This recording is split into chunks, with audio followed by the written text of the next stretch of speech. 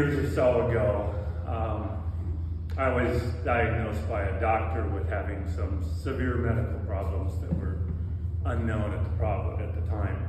I was being treated for rheumatoid arthritis, which masked some of my other symptoms. I was ultimately diagnosed by this gentleman right here correctly with lupus nephritis. Lupus nephritis is an autoimmune disease that, among other things, attacks organs. Bill was able to get me on some immune suppressant drugs that kept me going really for probably 10 years, with kidneys that were at about 50% functioning. So I had 50%, so I had one complete kidney working for about 10 years. I had another severe lupus attack that pretty much wiped out the remaining 50% of my kidneys, and then immediately went on dialysis. Dialysis for me was a true lifesaver. Unlike most people that I was on dialysis with, I was very fortunate in that I was working at the time. I was able to, during dialysis, I could do computer work through the system. I was able to stay occupied doing things. My mind was busy. And dialysis didn't have a huge effect on me after the treatment, so I could go home, had dialysis early in the morning, and I was usually working that afternoon, and I was feeling pretty good the next day.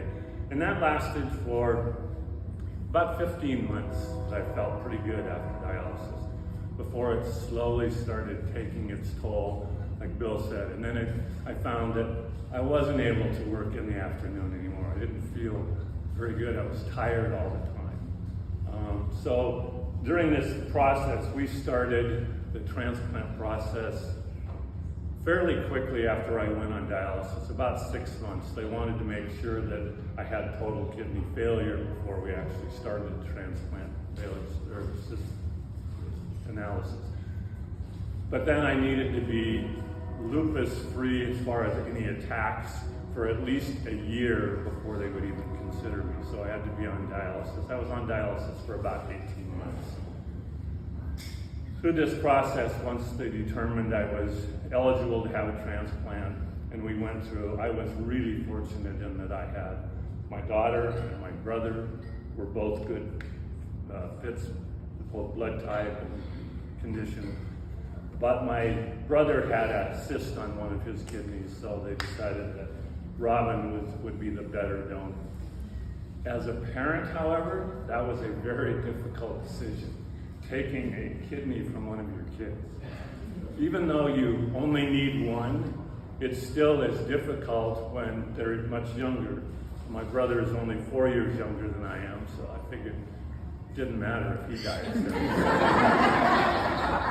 But I was a little concerned about my daughter. But that was really kind of my story. The transplant process went really, really well. I was up and walking literally the next day.